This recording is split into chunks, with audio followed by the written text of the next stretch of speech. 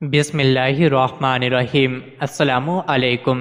روزانہ واقعات سننے کے لیے اس چینل کو سبسکرائب کریں۔ عبد الملک بن مروان کہتے ہیں، ایک نوجوان میرے پاس روتا ہوا آیا، نہایت غمگینگی کی حالت میں آ کر کہنے لگا، اس نے ایک بہت بڑا گناہ کیا ہے، میرے لیے کوئی توبہ کی صورت ہے؟ میں نے کہا، تو نے کیا گناہ کیا ہے؟ کہنے لگا، میں نے بہت بڑا گناہ کیا ہے۔ عبد الملک نے کہا، تو توبہ کر لے، اللہ تعالیٰ تیرے گناہوں سے درگزر کرے گا اور تیرے گناہ معاف فرما دے گا۔ پھر اس نے تفصیل بتائی، میں نے خواب میں دیکھا ایک قبر کھولی ہے، میں نے اس میں دیکھا میت کا چہرہ قبلے سے پھرا ہوا تھا، میں ڈر کے مارے نکلنے لگا تو ایک کہنے والے نے کہا، تو پوچھتا نہیں کہ اس کا چہرہ کیوں قبلے سے پھرا ہوا ہے؟ میں نے کہا، بتا دو۔ تو کہا، یہ نماز کو بہت ہلکا سمجھتا تھا، اس سزا میں گرفتار ہے۔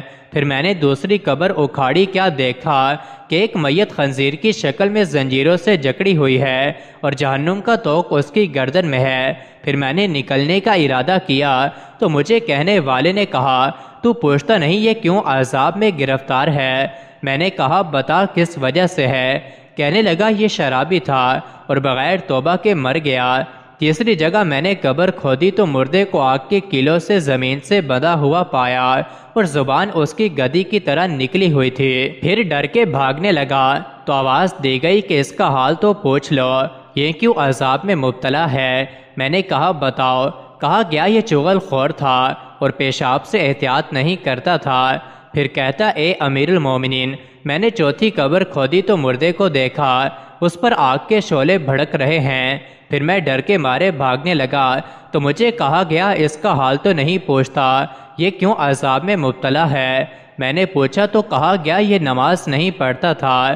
میں نے پانچویں قبر کھودی اور صاحب قبر کو دیکھا کہ اس کی قبر فراخ ہے، حد نگاہ تک، اور مردہ آرام کر رہا ہے، بہترین کپڑے اور لباس ہے، نور ہی نور چمک رہا ہے۔ میں ہیبت ناک ہو کر نکلنے لگا تو مجھے حسب سابق کہا گیا کہ تو پوچھتا نہیں کہ اس کو اتنا عزت اور اکرام کیوں ملا؟ میں نے کہا، بتاؤ۔ کہنے لگے، یہ ایک فرما بردار نوجوان تھا، ہر وقت عبادت میں مشغول رہتا تھا۔ یہ قصہ سن کر عبد الملک نے کہا، یہ عبرت ہے گناہگاروں کے لیے اور خوشخبری ہے نیک لوگوں کے لیے۔ نیک لوگوں کے لیے لہٰذا ضروری ہے ہر اس شخص پر جو ان گناہوں میں مبتلا ہے توبہ کرے اور جلدی اطاعت گزار بن جائے۔ ایک بخیل نے اپنی اولاد سے کہا، میرے واسطے گوشت خرید لاؤ۔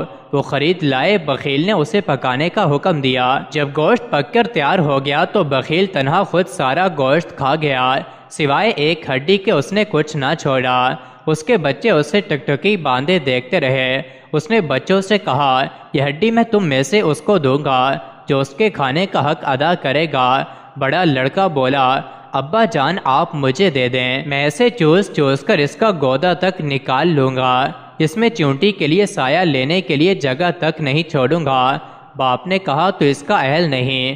منجلا بیٹا بولا، ابا جان میں اسے آہستہ آہستہ چباؤں گا اور زبان سے اس قدر چاٹوں گا کہ کوئی پہچان نہیں سکے گا کہ یہ ہڈی سال پرانی ہے یا 2 سال پرانی۔ باپ نے کہا، تو بھی اس کا حقدار نہیں۔ چھوٹا بیٹا بولا، ابا جان میں اسے چوسوں گا، پھر اس کے باریک ٹکڑے کر کے ان سب کو پھونک لوں گا۔